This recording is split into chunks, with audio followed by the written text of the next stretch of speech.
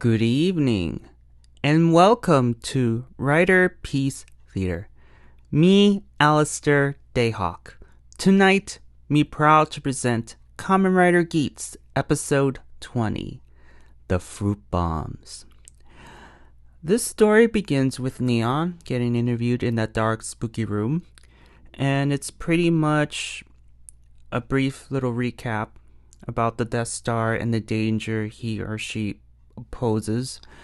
And then back at the waiting lounge, we have the creepy game master also giving us a recap of how to win this tournament and how it's very important to discover who is the Death Star, because if they don't, they automatically lose, the Death Star wins, and that's the end. And then all of a sudden, Keiwa receives a phone call from his sister, assuming that it's some kind of emergency. And it wasn't. She called Keiwa, "Hey, can you cut this pineapple? Because I don't know how to cut it." That was pretty much what it was. And he was like, "Are you kidding me? You call me just for that? I mean, just leave it to the side. I'll cut it when I come back." And she's like, "It's not that simple, because there's a note saying that I need to cut it and eat it before sunset." And it was very odd, because obviously fruit doesn't expire that quickly, so something is very strange in Denmark. So, and speaking of which, the Squidwards appeared, and they're all dressed in these delivery get-ups, because they were driving a white truck. Inside of those trucks are packages that contain fruits. So the riders appear, and they attack the squids, and the boxes gets open, and there are fruits like apples, watermelons, and pineapples. And one of the watermelons exploded in front of them.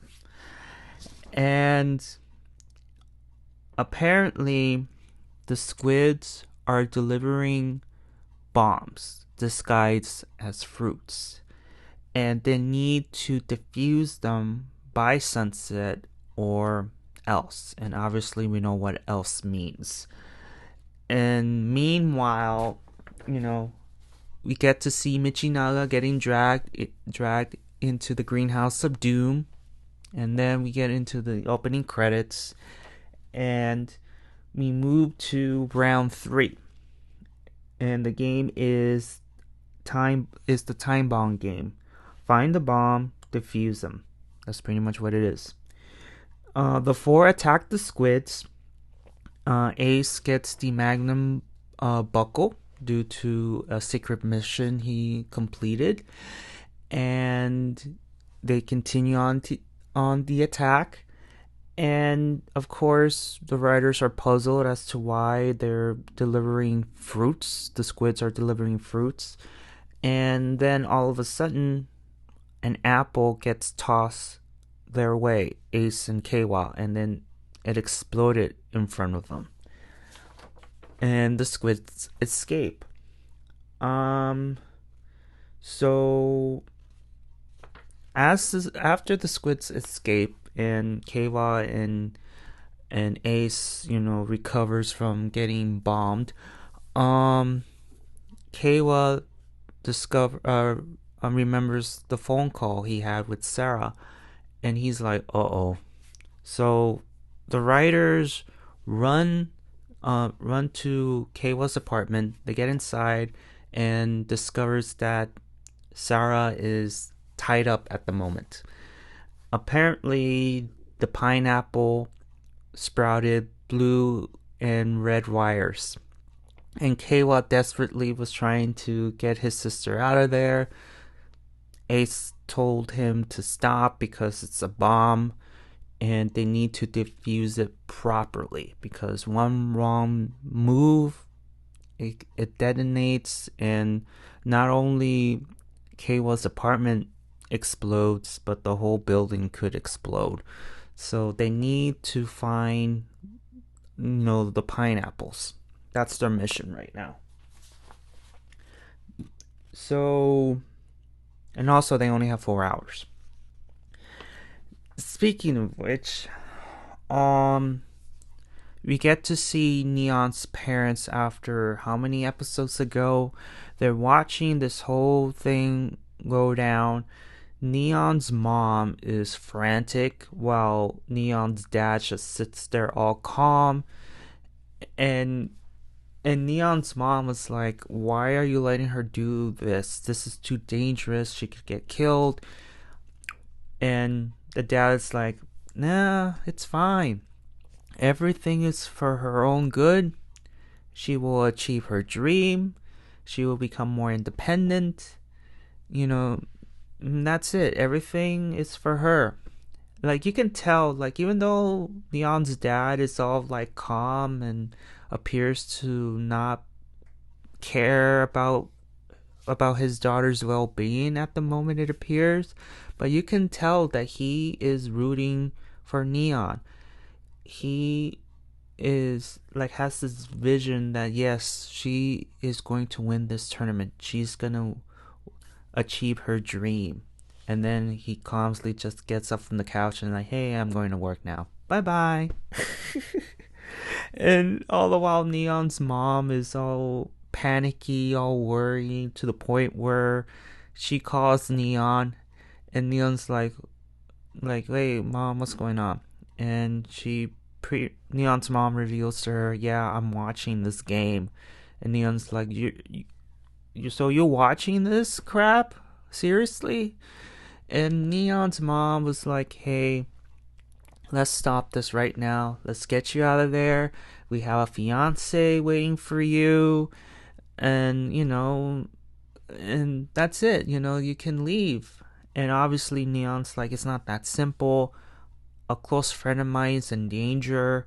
I need to go save her. And also that, stop, mom. Stop micromanaging my life. I want to be independent. I want to be in charge of my own life. So stop being controlling. Leave me alone." And man, it was the most heartfelt discussion between child and parent, in my opinion. Like, damn, yeah. Stand up against your mom, Neon, because my God, that's no way to live at all. And you could see Neon from the beginning desperately trying to escape, but always returns home with the men in black, and just it's a sad story. All the while you see Sai in the back just asking her, "Hey, are you okay?" That sort of thing. So we move to the greenhouse of doom, and we get a new character, the Azu lookalike, and her name is Beroba. And apparently she is a sponsor for the Jamotos. Who knew that monsters need sponsorships, I guess. So she meets with Michinaga, offers him an alliance, a team up. Obviously Michinaga's like, "Nah, no thank you. I will do things on my own," typical Michinaga stuff. And you can tell from his hands that he is slowly turning into a Jamoto. So again, she offers an alliance. Michinaga is against it, at least for the moment. And the reason behind this alliance is apparently Beroba is very addicted to human misery. She can't stop, but she wants human misery, and she can't get enough of it. And she views Michinaga as her way of getting more human misery. So this is going to be an interesting team up here. But Michinaga himself says, like, who are you, like, what can you offer me? And she knows that he wants to destroy our Kamen Riders, mainly Ace. So maybe she will help him achieve his goal. But obviously, at his state, he cannot beat Ace, especially with a cracked ID core. Because later on, during the fight between him and Ace, his driver, his core gets malfunction again, and he just escapes. Not unhinged, but you see him all gingerly walking away, and yeah, they need to fix the core. So back at the lounge, we get to know a little bit of Saya's backstory. She has a family. She used to work at her family's restaurant. Unfortunately, if I remember, their father fell ill and passed away. And with him passing away, the restaurant went out of business. And she has to take care of her family now. And also, she told Neon that her siblings have dreams into going into nationals. And so the reasoning behind her wish of maintaining her athletic abilities, regardless of age, is because of her family. Because she figured, okay, I'm going to get older, and the older I get, I'm not going to be what I used to be anymore. So if I wish for my athletic abilities to maintain, regardless of if I end up being an old woman, it will help my family out. So everything that she is doing up to this point is for her family. That's pretty much what it is. And she asks about Neon's family, and the way she sums it up is pretty much what sums it up. They are unique. They're unique.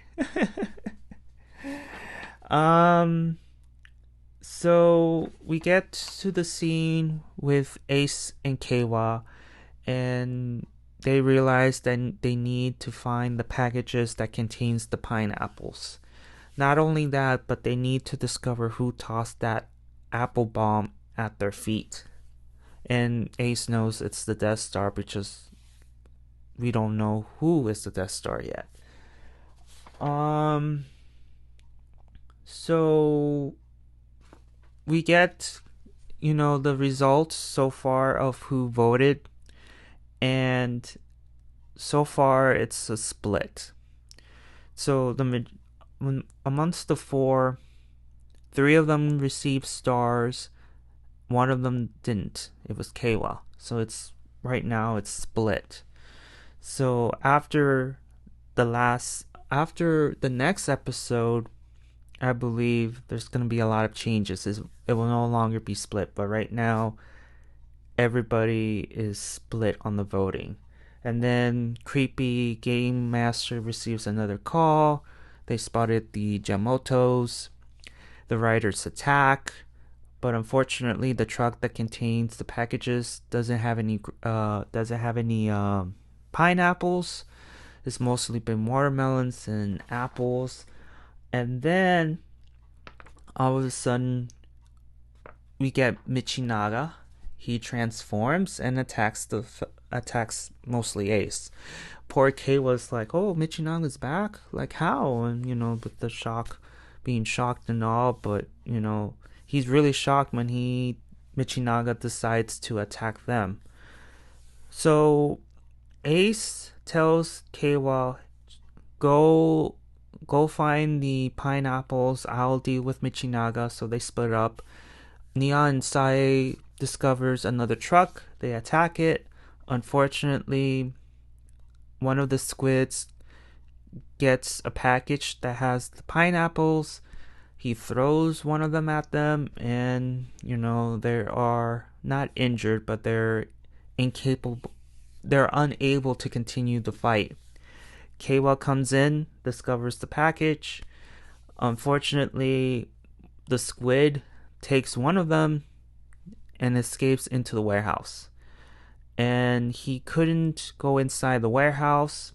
He tries to cut the door, but nothing. So he ends up deciding to borrow the zombie buckle from Sae. He gets a new form. He slices the warehouse door open, gets inside. And then we have a brief fight between the squid and Keiwa. Keiwa destroys it along with the pineapple, and we get the answer. So Keiwa needs to cut the red wire. So Keiwa and Neon run back to the apartment, cuts the red wire before sunset, and Sarah's saved. So that's done. Now we get into Ace and Michinaga in their fight. All the while, we get to see Azu look alike with Jean, and Beruba gets a warm welcome, so to speak. And she's like, "Hey, I'm come in peace." And Jean is like, "Only Rider supporters are allowed in here." And she's like, "Oh, really? Because I have a rider to back." And Jean was wondering, who is this rider? And then she points at the screen at Michinaga, and that's it. So after this cool fight, Michinaga's driver malfunctions again. He reverts back to his human form, and Ace again, goes back to his human form, and he is asking Michinaga, "Are you alright? And you're going against humanity now," that sort of thing. And Michinaga tells Ace to shut up. I mean, this is not gonna end here. I will find a way to defeat you no matter what. And he gingerly escapes. And you can tell on Ace's face he's very concerned about Michinaga. Yeah, he's very concerned. Very concerned.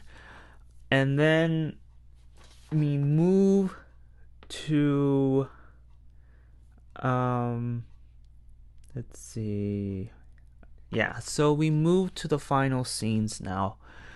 Niram receives word that Beroma has returned. How are we gonna deal with her? Should we let the game master deal with her? And he says, "No, it's fine. I will deal with her personally." And then we move to the reveal of the Death Star. And the Death Star is Sae. And we see her with a card and the secret mission. So she was the one who tossed the apple bomb at Keiwa and Ace at the beginning of the episode. And that's the end. That's the end of the episode, guys. Sae being the Death Star was not... It didn't shock me at all. Because I go back towards saying this. Kamen Rider is infamous in their predictability. And I knew from the get-go, there's no way that Ace, Neon, or Keiwa to be the Death Star. There's no way. It is obviously between the new people, Daichi or Sae. And with Daichi gone, Sae is the Death Star. And it just sucks that it's just so predictable. And the thing is, it would have been so interesting if Keiwa, Neon, or Ace to be the Death Star. And the idea of Ace being the Death Star, I mean, perish the thought. I would hate the idea, but it would be very shocking, and it will also give Ace another victory under his belt. But can you imagine that Keiwa or Neon being the ones that won over the crowd, won the popular vote, only to discover that the Death Star was Ace all along, and he automatically gets the victory because of it. I can already tell from the look on their faces, be like, oh, really? Yeah, that would suck, but I mean, it would have been predictable at all.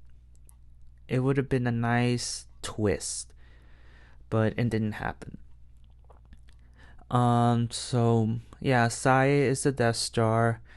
Michinaga has a new partner in crime.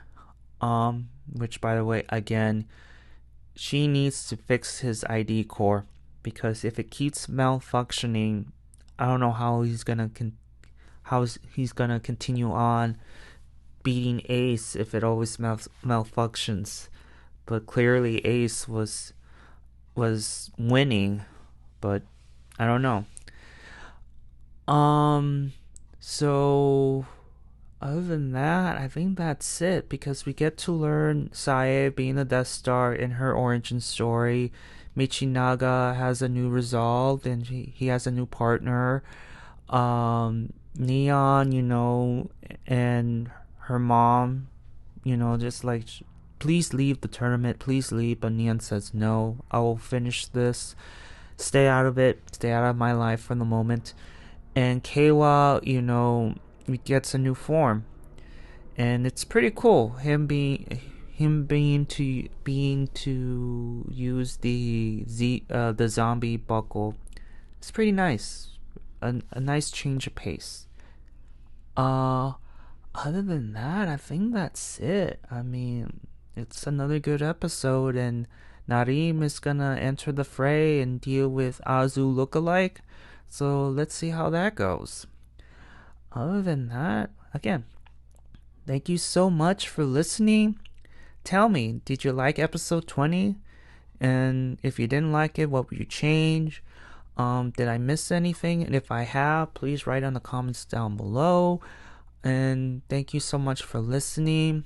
And for those who didn't like this episode, thank you so much for listening towards the end. And please give a like and a sub, because it helps out a lot. And I will see you all on the other side of oblivion. Johnny!